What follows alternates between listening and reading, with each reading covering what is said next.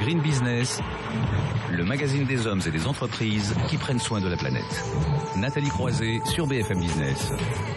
La France, c'est tout de même le 3e consommateur mondial de pesticides, mais la réglementation évolue en la matière. On va en parler dans un instant. Un laboratoire limite déjà les intrants chimiques, c'est Biodeva. François Bluat, bonjour. Bonjour. Vous êtes donc directeur général de Biodeva Laboratoire. Vous concevez, fabriquez, distribuez des solutions naturelles. On va comprendre ce qu'il y a de naturel derrière tout ça. Alors, vous le dites vous-même, évidemment la réglementation évolue, on va en parler, mais finalement vous seriez venu il y a quelques années, 10 ans, vous n'auriez pas eu le même impact que maintenant. Il y a une réelle évolution et un besoin de se tourner vers des solutions plus naturelles pour l'agriculture, mais aussi pour le jardinier, parce qu'on va le voir, vous travaillez aussi pour les particuliers. Effectivement, je pense que le secteur agricole prend conscience qu'il arrive dans une impasse.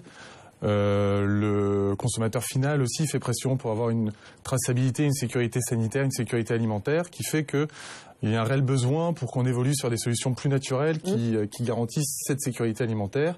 Et cela passe effectivement dans le traitement des cultures et dans l'alimentation des animaux par rapport aux problématiques d'antibiorésistance. Alors, je parlais justement de pesticides en introduction. Vous, comment vous voyez par rapport à ce marché, encore comme un complément, même s'il y a quand même une législation aussi, ça évolue. Je crois qu'à partir du 1er janvier 2022, seront interdites sur la mise sur le marché, la délivrance, l'utilisation aussi de produits phytosanitaires pour un usage non professionnel aussi. Donc pour un usage non professionnel, effectivement, il faut le souligner. C'est pour le jardinier amateur. Exactement. Même si c'est un des plus gros pollueurs, pardon. La réglementation évolue. Il se trouve qu'avant de venir ici, j'étais à Bruxelles parce que les discussions se passent actuellement sur la réglementation. On est en train de voir que effectivement les discussions se passent avec différents intervenants, que ce soit des scientifiques, que ce soit donc l'Union européenne, mais aussi tous les représentants de l'industrie conventionnelle. Est-ce que la réglementation va dans le bon sens? Je vais vous dire, après la journée que je viens de passer à Bruxelles, je ne suis pas sûr.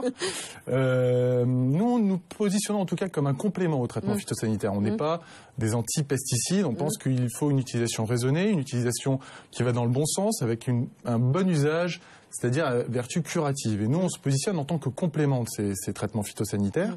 Et il nous faut une réglementation adaptée, puisque à l'heure actuelle, nous avons le choix dans le traitement des cultures, soit des engrais, soit des pesticides, et qu'il y a une voie du milieu qui concerne nos produits et dans laquelle nous ne pouvons pas nous positionner à l'heure actuelle.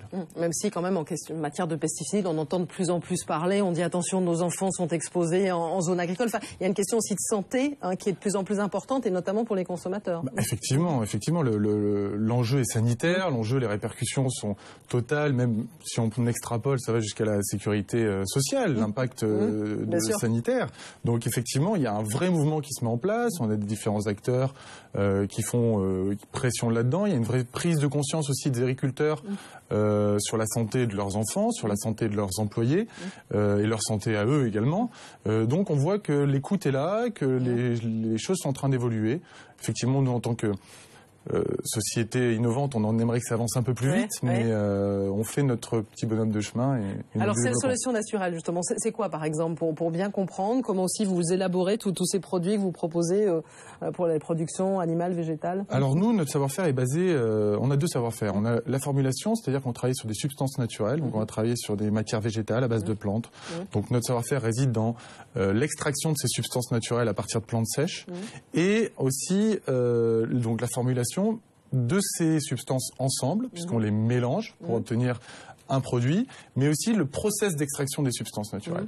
Et donc nous allons jouer au travers de ces produits, que ce soit dans l'animal ou dans le végétal, sur ce qu'on va appeler, de façon qu'on va vulgariser au niveau humain, sur les antioxydants. C'est-à-dire qu'on va gérer tout ce qui est stress oxydatif, on va gérer et travailler sur l'immunité de la plante ou de l'animal, pour travailler en amont. Le but étant de au début de la vie de l'animal ou au début de la vie de la plante, faire en sorte que le système immunitaire de la plante soit à son potentiel maximal et l'accompagner tout au long de sa vie. D'accord. Alors c'est une entreprise en plein développement. Vous connaissez un succès aussi à l'international, et ça il faut le dire aussi pour Biodeva Laboratoire.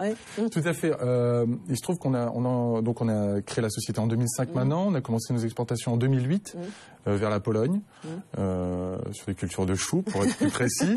Et effectivement nous bénéficions d'un bouche-oreille extrêmement positif, puisque là, cette année, nous commençons les exportations en Algérie, au Canada, d'ailleurs sans aucune démarche commerciale, donc on peut se rendre compte qu'on a une technologie effectivement qui fait ses preuves.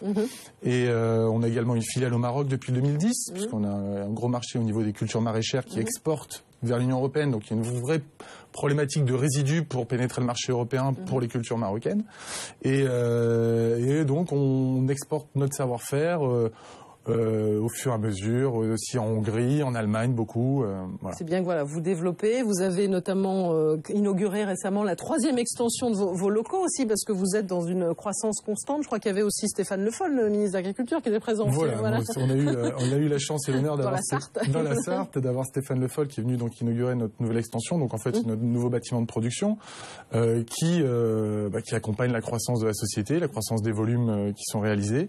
Et c'est vrai que c'était une chance que de l'avoir, puisque nous avons un ministre qui est vraiment en faveur de ce type de solution, qui prône l'agroécologie pour une agriculture écologiquement rentable. Oui, parce qu'il y a ce plan aussi éco-phyto aussi qui est en développement, parce qu'on parlait de réglementation, il y a quand même aussi une évolution au niveau gouvernemental et un objectif aussi. Un objectif de diminution de 50% des traitements phytosanitaires à l'horizon 2018. Est-ce qu'il va être tenu? Je ne sais pas, mais bon, c'est toujours bien de se fixer des objectifs.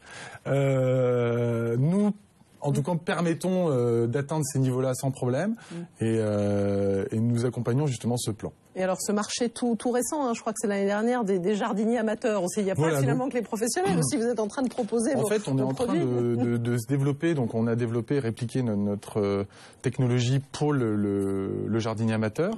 Toute la complexité de ce marché réside en fait dans l'acte d'achat. Puisque sur des produits qui sont techniques, puisque sur un marché agricole, nous accompagnons les ventes et les préconisations et les conseils, on sait qu'en supermarché, l'acte d'achat est différent, puisqu'on est dans un rayon, on n'a pas forcément de conseils adaptés, donc c'est à nous de faire en sorte de travailler sur une communication globale, qu'on est en train de définir, une stratégie de pédagogie pour expliquer l'intérêt de ces produits-là dans la vie de tous les jours. Oui, parce qu'on a bien compris, quand on dit suivre depuis le début le développement de la plante, bon, c'est peut-être pas facile à concevoir pour les agriculteurs. Mais je pense que, vous savez, comme tout pionnier, on doit défricher le terrain et on a une vraie volonté avec des distributeurs justement de travailler là-dedans, d'amener vers cette notion, puisqu'il faut se rendre compte que nous travaillons sur des produits qui sont, et on est la seule société européenne avec une garantie de non-toxicité, c'est-à-dire que vous pouvez traiter en présence des enfants, des animaux, on ne nuit pas à la faune et la flore, et on va permettre justement d'éviter tout ce qui est traitement phytosanitaire et faire en sorte que vous ayez un beau jardin. Voilà, en tout cas, encore de l'innovation et aussi dans ce domaine-là, et une entreprise qui ne cesse de progresser, donc c'est formidable. Merci à vous. Merci. On vous souhaite plein de bonnes choses pour la suite. François Bluat, directeur général de Biodeva Laboratoire. C'est déjà la fin de Green Business. N'hésitez pas à nous retrouver, comme d'habitude, sur le site bfmbusiness.com et très belle fin de week-end sur BFM Business.